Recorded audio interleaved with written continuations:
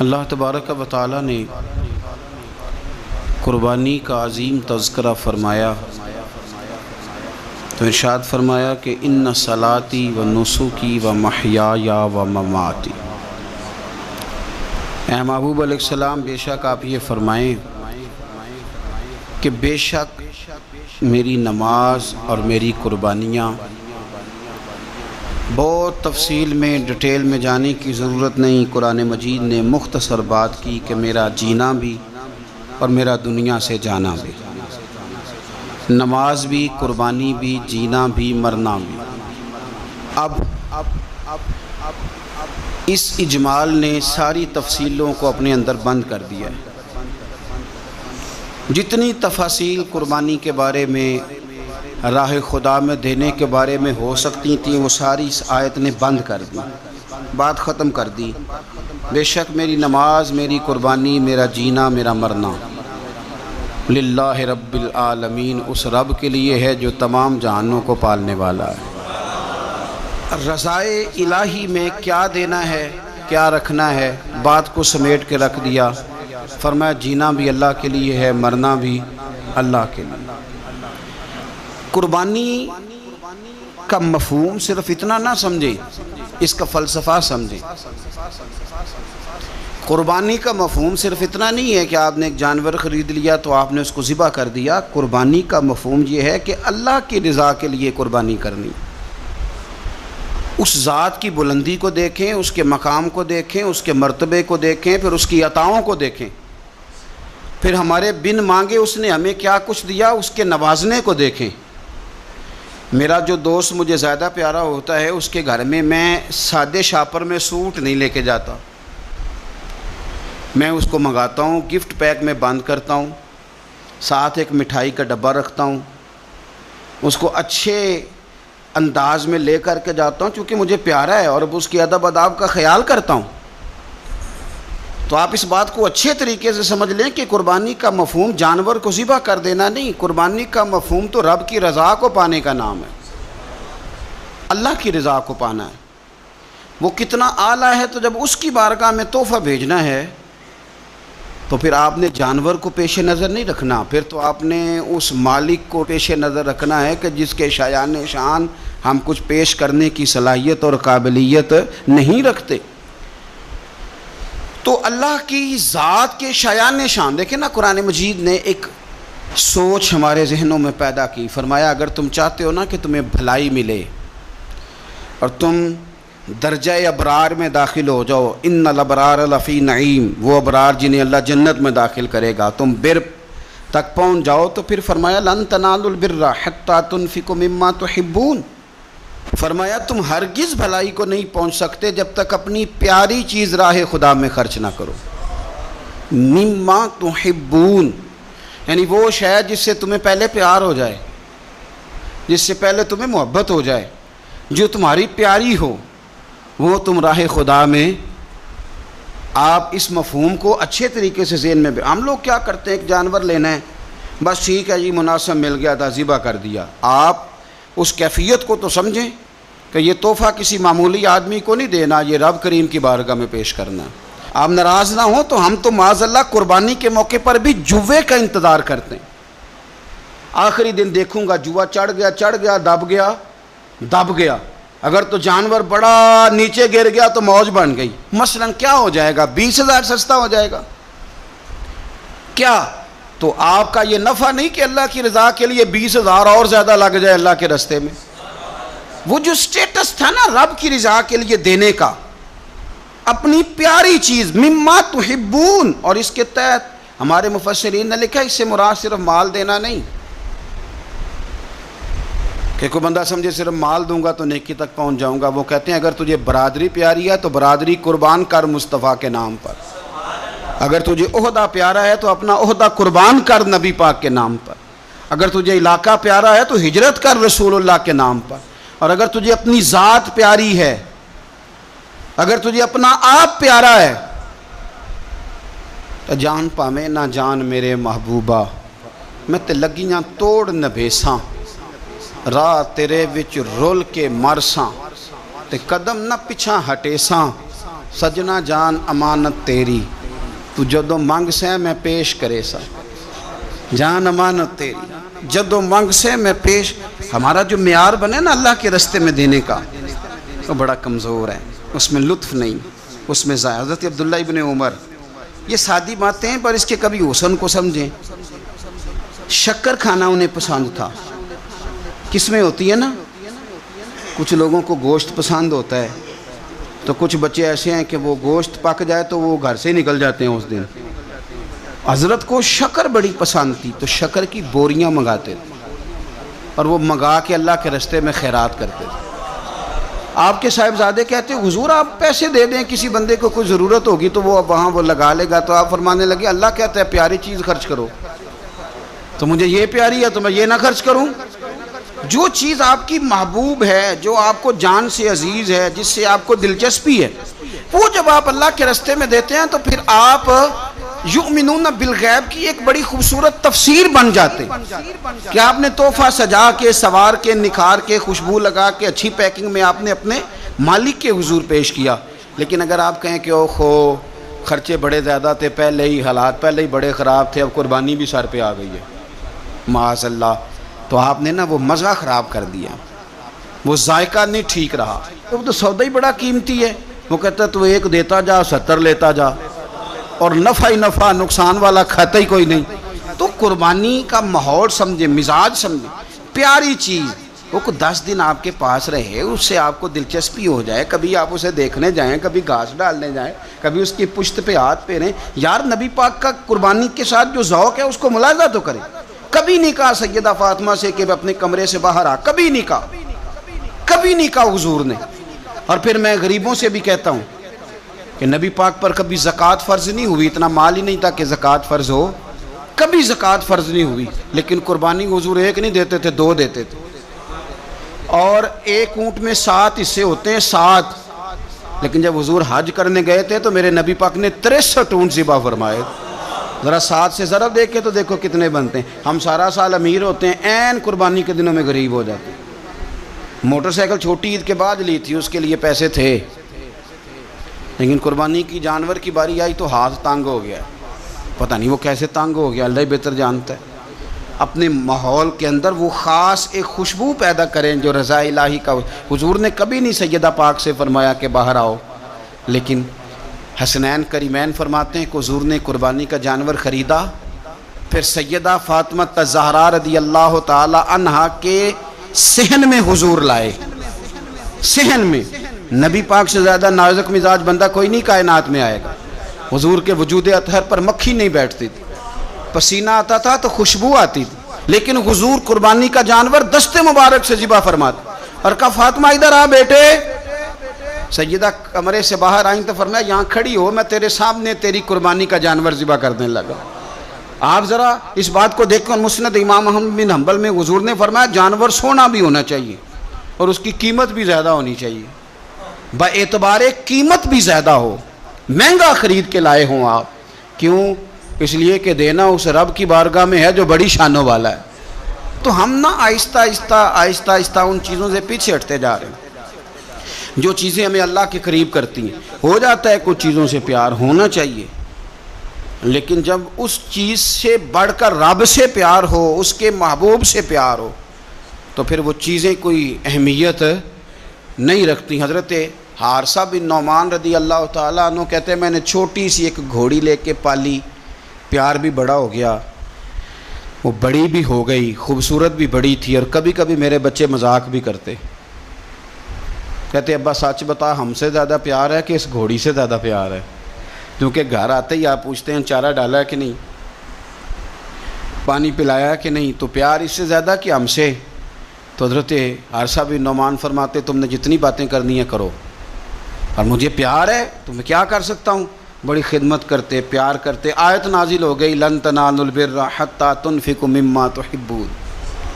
غریب آدمی، ماڑا بندہ، گھوڑی کی لگام پکڑی اور مدینے والے رسول کی بارگاہ میں پہنچ گئے، یا رسول اللہ میری قبول کر لیں۔ آپ یقین کریں حالات خراب ہوتے ہیں تو لوگ سب سے پہلے وہ والا 100 بند کرتے ہیں جو مسجد جاتا تھا، سب سے پہلے لوگوں نے وہ رستے کاٹے وہ کنیکشن کاٹے جو اللہ کے راستے میں جاتے تھے. کیا کرتے ہو صاحب؟ یہ تو اصل ہے، باقی تو ساری فروعات ہیں، باقی تو ساری شاخیں ہیں. تو آپ نے جاڑی کاٹ دی جہاں سے آ رہا تھا.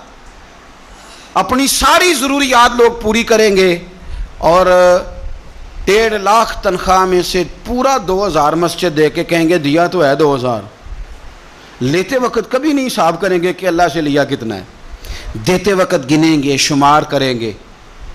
تو بھائی حضرت سیدہ اسماء بنت ابی بکر صدیق کہتی ہے میں ایک دن گن کے نا حضور کی بارگاہ میں کچھ پیسے، تو عورتوں کی طبیعت ہوتی ہے وہ گنتی بھول بھی جاتی ہیں اور کئی دفعہ احتیاطاً بھی 3-4 دفعہ گن لیتی ہیں. کہتی میں نے 2-3 دفعہ پیسے گن کے حضور کو دیے تو سرکار مسکرائے، فرمانے لگے اسماء رب کے راستے میں گن گن کے نہ دیا کر. یہ بخاری ہے، گن گن کے نہ دے. یا رسول اللہ کیا کروں؟ فرمایا تو اس کے راستے میں بے حساب دے، وہ بھی تجھے بے حساب ہی عطا فرمائے. زاہدوں نے یہ عجب کام کیا، عجب ہے کہ تسبیح کے دانوں سے جو کام لیا، چاہیے تھا کہ بے شمار پکارتے تجھ کو. یہ بھی کوئی بات ہے کہ گن گن کے تیرا نام لیا؟ یہ بھی کوئی بات ہے گن گن کے تیرا نام لیا؟ میرے عزیز سمجھ لیں اچھے طریقے سے. حضرت عارصہ بن نعمان گھوڑی لے کے آ گئے، یا رسول اللہ قبول کر لیں. تو حضور نے فرمایا تیری قبول ہو گئی. اس بات کو ذرا پھر ایک دفعہ سمجھ لیں، تیری قبول. حضور کو پتہ ہے نا اس کا پیار بڑا ہے، حضور کو پتہ ہے اس نے پالی ہے، پر لے آئے تو فرمایا تیری قبول رکھ لی. چونکہ آپ کی جو روحانی ترقی ہے وہ بغیر اس کے ممکن نہیں. حضور نے وہ رکھ لی گھوڑی. جناب عارصہ بن نعمان خوشی خوشی گھر چلے گئے. ان کے بیٹے زید بن حارثہ آئے، نبی پاک نے فرمایا یہ بھی اللہ کے راستے میں مجھے تحفہ ملا ہے، اب میں تجھے تحفہ دے رہا ہوں. حضرت زید بن حارثہ نے گھوڑی لی، دوبارہ گھر گئے تو والد کہنے لگے یہ کیوں لے آئے ہو؟ یہ تو میں دے آیا تھا. تو وہ بھی صحابی تھے نا، کہنے لگے آپ نے مصطفیٰ کو تحفہ دیا تھا، مصطفیٰ کریم نے مجھے دے دیا. تو حضرت عارصہ بن نعمان رو پڑے، فرمایا دیکھو میرے کریم کا کرم، قبول بھی کر لیا ہے اور یہ بھی انہوں نے ثابت کر دیا ہے کہ رہے بھی تیری آنکھوں کے سامنے. تو اپنا وہ جو خاص ذوق ہے اللہ کی راہ میں کچھ دینے کا، جانور کو قربان کرنے کا، احسار کرنے کا، قربانی دینے، اس ذوق کو کبھی بجھنے نہ دیں. دیکھیں نا نبی پاک صلی اللہ علیہ وسلم نے نا حد بیان کر دی. اور میرا خیال ہے یہ حدیث سمجھنے کے بعد بھی اگر سخاوت کا ذوق پیدا نہ ہو تو پھر بندے کو نا سرجری کرانی چاہیے دل کی، پھر اس کو سرجری کی ضرورت ہے. نبی پاک صلی اللہ علیہ وسلم نے فرمایا اللہ کے راستے میں خیرات کر کے جہنم سے بچ جاؤ. اللہ کے راستے میں خیرات کر کے جہنم سے بچ جاؤ. اللہ کے راستے میں دے کے جہنم سے بچ جاؤ. اگر کچھ نہ ہو سکے تو کھجور کا ایک ٹکڑا ہی اللہ کے راستے میں خیرات کر دیا کرو. اگر یہاں بھی ذوق، یعنی کھجور بھی پوری نہیں، کھجور کا ایک ٹکڑا. ساری زندگی یہی رونا رونا ہے ہم نے کہ غریب بڑے ہیں، بڑے حالات خراب ہے، ماڑے بڑے ہیں، پوری نہیں پڑتی. اس سے آگے بھی جانا ہے کہ ادھر ہی رہنا ہے؟ دیکھو یاد رکھو، اچھے طریقے سے سمجھ لو کہ فرمایا صدقہ دے، چاہے کھجور کا ایک ٹکڑا ہی دے، ایک ٹکڑا کھجور کا. اب سمجھ لیں بات کو. ہمارا جو معیار اب خرچ کرنے کا ہے نا، وہ تو ہم نے امیر لوگوں کے ذمہ لگا دیا ہے. اور امیر بیچارہ بھی وہ کئی دفعہ الجھ جاتا ہے، وہ کہتا ہے جناب کس کس کو دیں؟ مسجد کو، مدرسے کو، گلی بنانے والوں کو، قبرستان بنانے والوں کو، غریبوں کو، بیواؤں کو. سب کو پتہ چل گیا محلے میں فلانا بندہ امیر ہے، تو ہر ایک کی توجہ اسی کی جانب ہے. اور میں نے تو اپنی زندگی میں یہ بھی دیکھا ہے کہ امیر کے پاس پیسے آ جائیں تو لوگ اس طرح شکوہ کرتے ہیں کہ دیتا نہیں، جیسے اس کے نہیں اس بیچارے کے پیسے ہیں. اس کے بہن بھائی کہہ رہے ہوتے ہیں دیکھو جی خود کروڑوں کی جائیداد خرید لی، ہمیں 5000 نہیں دیا. بھئی خدا کے بندے پیسے اس کے دے چاہے نہ دے. تو جب ہم سارے مل کے سخاوت کریں گے، جب امت ساری یہ شعور پیدا کرے گی، بیدار کرے گی اپنے دل میں باتیں کہ میں نے اللہ کے راستے میں کچھ دینا ہے، تو پھر تھوڑا تھوڑا کر کے. میں اکثر کہتا ہوں کہ ایک پوری یونیورسٹی قائم کر دینا بھی بڑا کمال ہے کہ میں نے اپنے شہر کے اندر ضلع میں ایک یونیورسٹی قائم کر دی.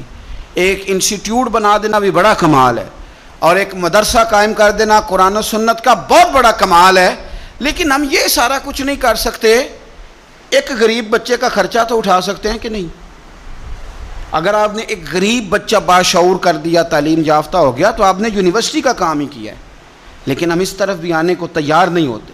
اپنی قربانی کے لحاظ سے ماحول کو سخاوت کا رنگ دیں، ماحول کو ذوق کا رنگ دیں.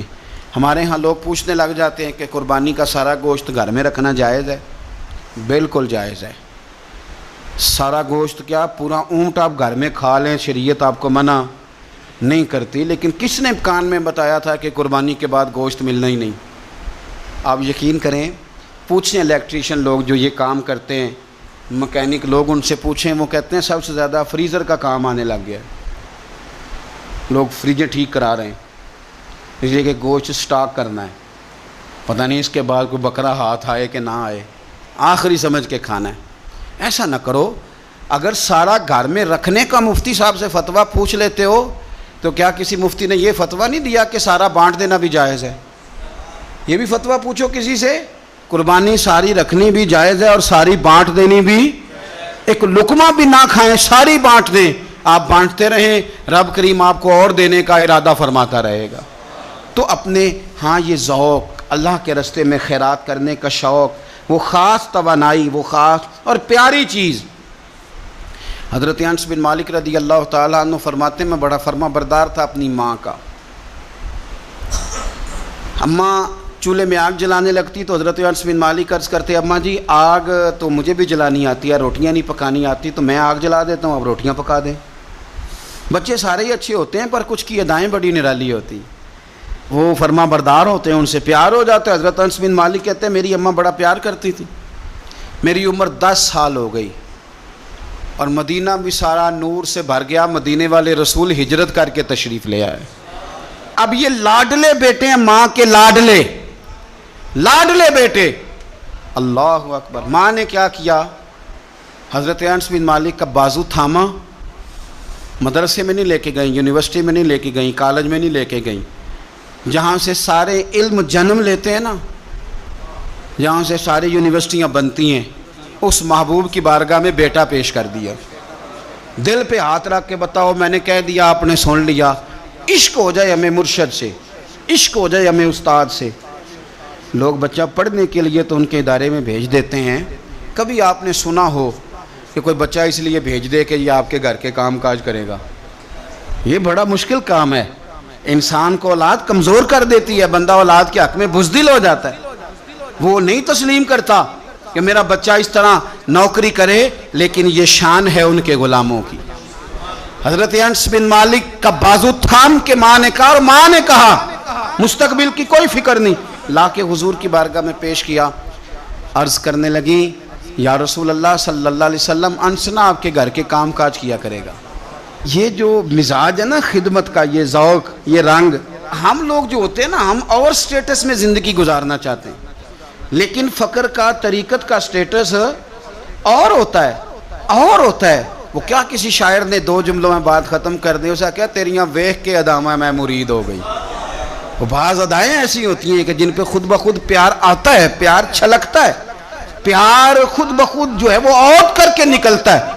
تو عزیز یاد رکھ لیں، حضرت انس بن مالک کہتے ہیں میری اماں مجھے چھوڑ گئی، کہنے لگی سونیا مما تحبون، پتر مجھے پیارا ہے، چونکہ پیارا ہے تو اب یہ سیدہ فاطمہ کے گھر میں کام کاج کرے گا. چونکہ پیارا ہے تو سیدہ عائشہ صدیقہ کو سودا سلف لا کے دے گا. چونکہ پیارا ہے تو حسنین کریمین کی نوکری کرے گا. حضرت حفصہ اور میمونہ کے گھر کا کام کرے گا. انس بن مالک کہتے ہیں میں نے کوئی تعلیم نہیں پڑھی، میں نے کہیں بیٹھ کے کچھ نہیں سیکھا، لیکن آپ کتابیں کھول کے دیکھ لیں ایک بہت بڑی تعداد ہے حدیثوں کی جو حضرت انس بن مالک نے روایت کی ہے. وہ کہتے ہیں میں تو کھیلتے کھالتے ہی مصطفیٰ کی باتیں سنتا رہا اور رب نے مجھے عالم بنا دیا. عالم. اور فرماتے ہیں ایک دن حضور نے صرف کہا تھا، لمبی چوڑی دعائیں نہیں، اور میں نے کہا بھی نہیں، میں نے نہیں کہا. ایک دن مدینے والے محبوب نے کہا تھا جا اللہ تیرے مال میں بھی برکت دے، تیری اولاد میں بھی برکت دے. ختم ہو گئی بات. لمبی دعاؤں کی کیا حاجت تھی؟ ایک جملہ حضور نے فرمایا. اور کیوں فرمایا؟ کہ میری ماں مجھے چھوڑ گئی تھی. فرماتے ہیں کہ وہ حضور نے دعا دے دی، میں وہی بیج ڈالتا تھا جو سارا مدینہ ڈالتا تھا، وہی پانی لگاتا تھا جو سارا شہر لگاتا تھا، اسی طرح ہل چلاتا تھا جس طرح سارا شہر چلاتا تھا. پر باقیوں کے باغ میں سال میں 1 دفعہ پھل آتا تھا، میرے میں 2 دفعہ پھل آتا تھا.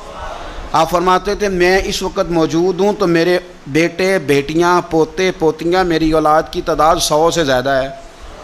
اتنی میرے چمن میں بہار آئی ہے. دوستو ایک صحابی تھے حضرت مصعب ابن عمیر،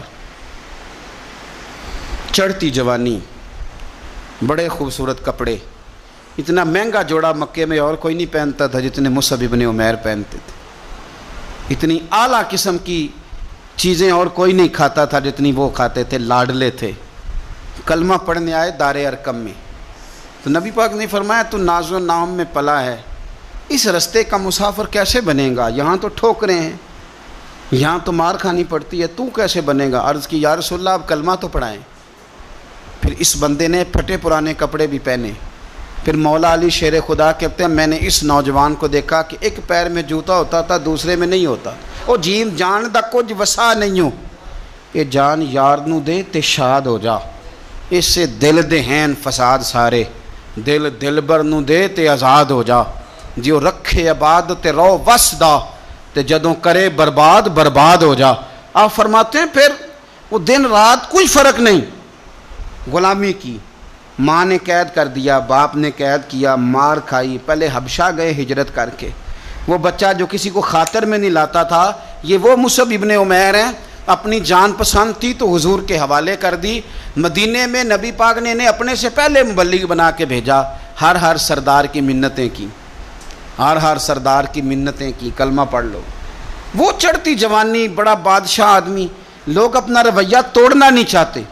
جو بندہ زندہ ہوتا ہے اس میں لچک ہوتی ہے، جو پورا اکڑ جائے سمجھو مردہ ہے، اور جو آدمی لچک والا ہو وہ تو بڑے کام کر لیتا ہے، اور اگر اکڑ جائے تو پیروں میں بھی شے آ جائے تو پکڑ سکتا، یہ سمجھ لینا۔ بہت سارے لوگوں کو زندگی میں کچھ نہیں ملا اس لیے کہ وہ اندر لچک ہی کوئی نہیں تھی، تکبر کے بت بنا کے پوجتے رہے ساری زندگی، تو ملے گا کیا؟ مصعب ابن عمیر کہتے ہیں ہر چیز قربان کر دی حضور کے نام پہ، احد کے میدان میں شہید ہوئے۔ اس نے ہر مہینے نیا جوڑا پہنا، اعلیٰ کھانے کھائے۔ اس بندے کو جب کفن دیا جا رہا تھا تو کپڑا پورا نہیں تھا، سر ڈھانپتے تھے تو پیر ننگے، پیر ڈھانپتے تھے تو سر ننگا، تینوں لب دیں آپ گواچے، پورے وجود کے لیے کپڑا موجود نہیں تھا۔ حضور نے فرمایا سر ڈھانپ دو اور پیروں پہ گھاس ڈال دو۔ بات بیت گئی، وہ جب انہوں نے کلمہ پڑھا تھا اس کو 20 سال ہو گئے، وہ مکے میں دار ارقم میں کلمہ پڑھا تو یہاں ان کی لاش مبارک پر کھڑے ہو کے میرے نبی پاک نے ساری تاریخ دہرائی۔ فرمایا یہ وہ نوجوان تھا جو ناز و نام میں پلا تھا، نے بڑے اعلیٰ کھانے کھائے، اعلیٰ کپڑے پہنے، کہ آج اس کا حال یہ ہے کہ اس کے بدن پر کپڑا موجود نہیں۔ فرمایا اس طرح کرو ذرا، ساری تاریخ حضور نے بیان کی، لوگوں کو بتلایا، جو نئے آنے والے تھے ان کو بتایا۔ فرمایا اب ذرا ان کو پیروں پہ گھاس ڈال کے قبر میں ڈالو، اور فرمایا ذرا ان کو بھیجو تو صحیح، انشاءاللہ میرا رب جب ان سے ملے گا تو بڑا راضی ہو کے ملے گا، اللہ راضی ہو کے ان سے ملے گا۔ تو اپنی جو پیاری چیز ہے نا یہ چھوڑ دیں، زندگی میں سارا کچھ سنبھال کے رکھنا۔ جو آپ چیزیں سنبھال کے رکھتے ہیں ان کو تو زنگ لگ جاتا ہے، جو چیزیں سنبھال کے رکھتے ہو تو باسی ہو جاتی ہیں۔ اللہ کے راستے میں دو کنویں سے پانی نکل جائے تو نیچے سے تازہ آ جاتا ہے، اور اگر کوئی پانی نکلے نہ تو جو کھڑا ہوتا ہے اس میں زنگ آ جاتا ہے، وہ باسی ہو جاتا ہے۔ اس لیے خوبصورت جانور لیں جن کو اللہ نے توفیق دی، اور اچھے طریقے سے اس کی خدمت کریں جو چند دن رہ گئے۔ پھر خوبصورت انداز میں، ہمارے کسانیوں کو بڑی جلدی ہوتی ہے، جانور میں ابھی جان موجود ہوتی ہے تو وہ کھلڑی اتارنے بھی شروع کر دیتے ہیں، اس کو سلیقے سے ذبح کریں۔ اور یہ ختم والی چیز بڑی برکت والی ہوتی ہے تو یہ تو اللہ کے نام پہ ہے، تو اس کی ایک ایک بوٹی کی حفاظت کریں اور اچھے طریقے سے اس کو پہنچائیں۔ کوئی بے قدری کا مظاہرہ، کچھ مالدار جو بڑی قربانیاں دیتے ہیں وہ قدر نہیں کرتے، ایک ایک کاش کی ایک ایک ٹکڑے کی قدر کرے، اس لیے کہ یہ رب کے نام کا جانور ہے، اور کوشش کریں۔ اصل میں نا امیروں کے یار بھی امیر ہوتے ہیں، صحیح کہہ رہا ہوں، تو پوچھتے ہیں تو نے قربانی کیا جی، تو نے کیا تو کہتے ہیں جی اس دفعہ سب نے کی ہے۔ تو تھوڑا سا نا اپنے یاروں سے نکل کے، اپنے قریبیوں سے نکل کے دیکھیں، بہت سارے ہیں جنہوں نے نہیں کی، تو وہاں گوشت تقسیم کرنا ہے جنہوں نے قربانی نہیں کی، ان کے ساتھ اپنا دل لگائیں، اس طرف توجہ کریں۔ اللہ تعالیٰ توفیق رفیق عطا فرمائے۔